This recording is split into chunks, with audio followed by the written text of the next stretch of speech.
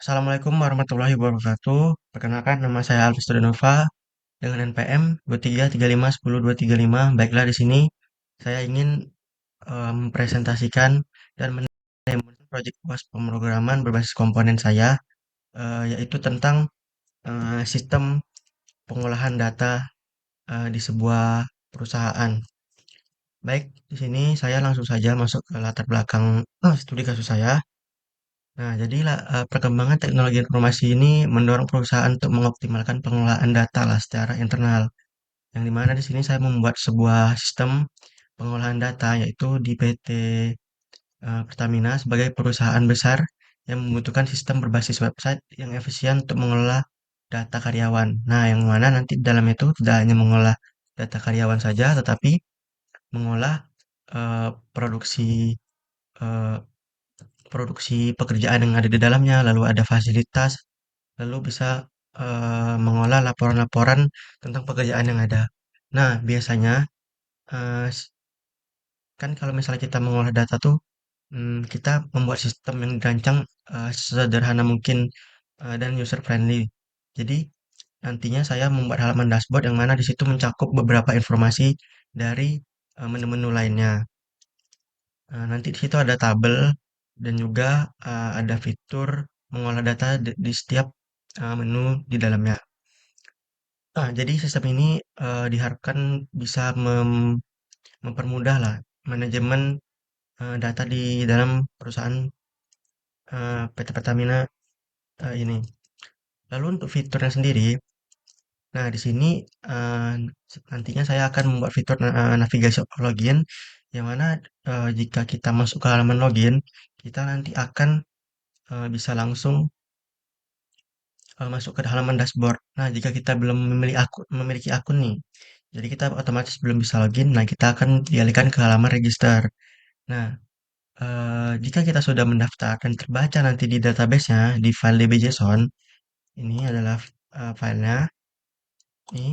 Nah, jika kita nanti sudah terbaca di sini, jika kita sudah buat akun kan, nah nanti terbaca di user ini, otomatis kita bisa memasukkan si ID tadi, si username dan password login yang telah kita buat tadi. Jadi kita langsung bisa masuk ke halaman dashboard.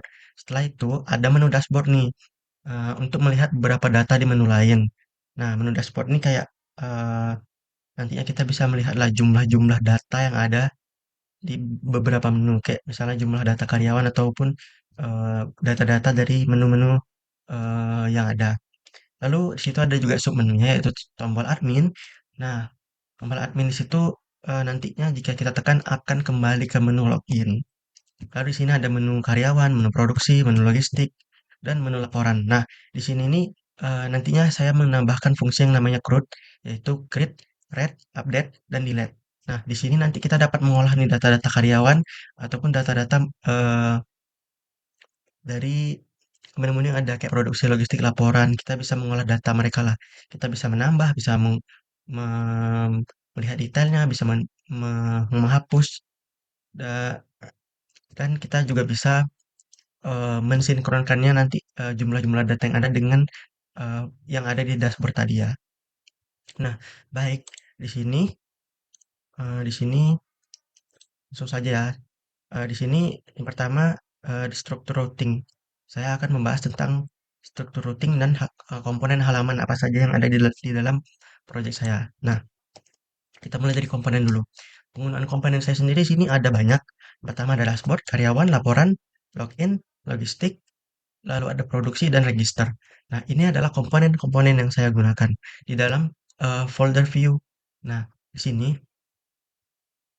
nantinya dikonsistensikan dengan router saya, yang dimana setiap komponen yang terdaftar di router atau index.js-nya seperti login, dashboard, karyawan, dan lain-lain sudah ada di dalam folder ini nih. Nah, di sini langsung saja kita masuk ya. Ini adalah komponen-komponen yang saya gunakan yang ada di dalam view. Nah, nantinya ini sudah disinkronisasikan dengan si router tadi nih. Nah, jadi di sini eh, import login from view.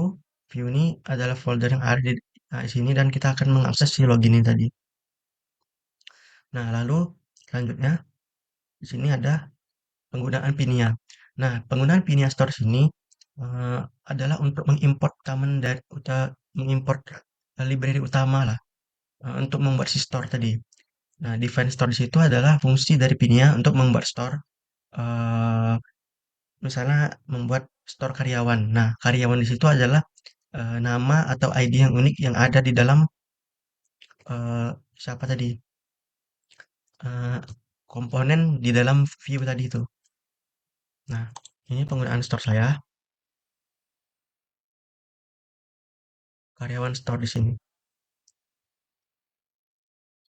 Jadi, nantinya eh, si karyawan ini akan bisa menambah data, mengupdate, lalu mendelete data dari API service-nya. Nah, tadi di sini juga diminta API service, konsumsi API yang data ditampilkan di UI. Nah, di sini saya ada membuat yang namanya tuh file API service. API service di sini nih adalah eh, kita tuh memprosesnya lah, memproses data-data yang ada di dalam. Contohnya di sini ada data dari si logistik, lalu ada data karyawan, data produksi, dan data-data lainnya. Nah, ini adalah eh, penggunaan API-nya. Di situ ada import Axios, yang mana di situ yang di mana penggunaan API di sini sudah endpoint seperti karyawan tadi yang saya bilang, serta penggunaan Axios-nya tuh sudah terpenuhi. Lalu dia sudah disesuaikan dengan struktur data yang ada di dalam DB-JSON tadi. Nah, jadi setiap kali kita menambah, dia akan terbaca di DB-JSON ini nanti. Nih, seperti karyawan ya.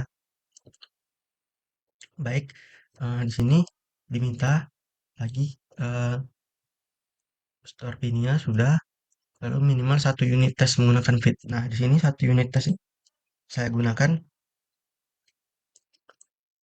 adalah di bagian komponen navbar test. Jadi dia akan memanggil eh, si navbarnya, kontainer tadi dari komponen dari si folder komponen saya. Ini komponen-komponen yang saya gunakan. Ada sidebar, navbar, mini chart, line chart. eh, itu untuk membuat kayak card aja di dalamnya. Hmm. Lalu ada penggunaan router tadi yang saya bilang ya. Penggunaan router sini eh, dia sudah lengkap eh, dan terintegrasi dengan folder view tadi. Jadi router ini sudah ada untuk semua menu yang saya gunakan lah. Bisa dibilang kayak menu-menu yang ada di dalam komponen tadi ya, view, login, dashboard, eh, yang sudah dipetakan ke dalam padnya masing-masing. Nah, langsung saja ya. Mungkin itu bagian-bagian yang eh, bisa saya jelaskan di dalam codingan. Langsung saja ini, karena mungkin sudah semua saya jelaskan ya. Kita langsung saja masuk ke demonstrasinya. Nah, di sini kita pindah dulu.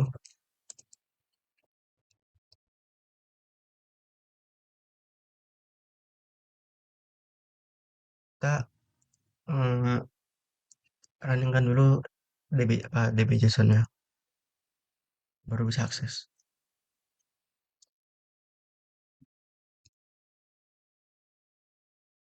Oke, sudah berhasil kalau ini ya. Kita masuk. Nah, di sini kita sudah masuk ke halaman loginnya. Nah, di sini kita akan mencoba ya. Eh, Anggap kita belum punya akun nih, jadi kita akan coba di sini namanya Visto, passwordnya. Otomatis nanti dia akan langsung masuk ke dalam sini, ke dalam DB JSON tadi. Ini Visto, Visto O-nya 2 ya. Nah, lalu ini passwordnya. Jadi dia kalau misalnya kita regis, dia akan langsung masuk datanya ke dalam database-nya ini. Nah, si Visto tadi. Jadi kita bisa login nih dari sini. Tuh. Nah, setelah itu kita akan langsung dialihkan ke dalam halaman dashboard. Nah, di sini eh, kita bisa melihat beberapa data dari jumlah-jumlah karyawan yang ada. Maksudnya tuh beberapa sedikit data dari beberapa menu yang ada di sidebar ini.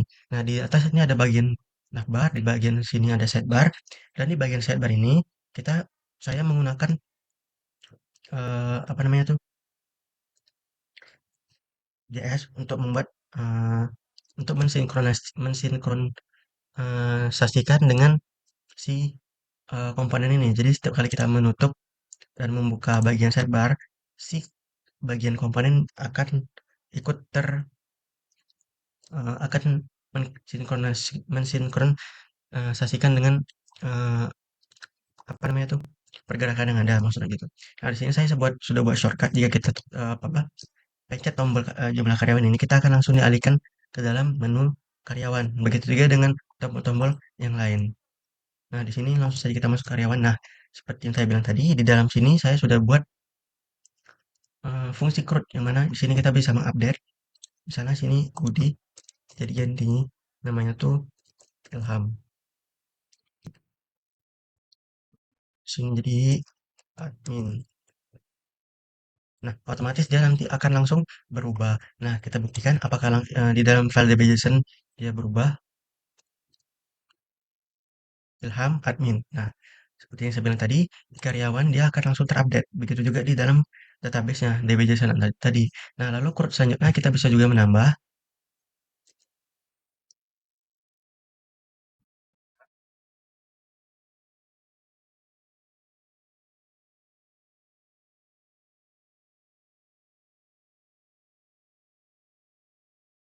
Kita bisa menambah dan juga nanti di sini akan eh, apa namanya mengupdate informasi total karyawan. Nah, lalu kita juga bisa menilai di sini. Nah, lalu di dalam fungsi produksi juga begitu. Kita bisa menambah data, bisa mengupdate data, dan juga bisa menghapus datanya. Nah, coba ya, ini adalah total-total yang nantinya akan ditotalkan dari setiap data-data yang ada di sini. Nah, untuk sekarang Sekci karena dia paling banyak, jadi dia adalah eh, lokasi yang paling aktif di sini. Lalu ada total produksi, ada total dari semua total dari semua eh, konsumsi dan penghasilan minyak yang ada. Lalu ada rata-rata produksi. Di sini saya eh, mentotalkan semua produksi yang ada. Lalu di sini ada halaman logistik. Nah, di sini sama juga saya menambahkan fungsi CRUD di dalamnya. Kita bisa menambah data, kita buktikan ya.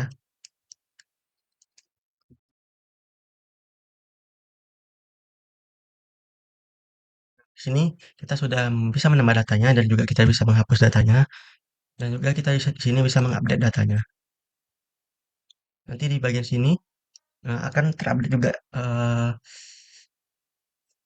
apa namanya informasi-informasinya.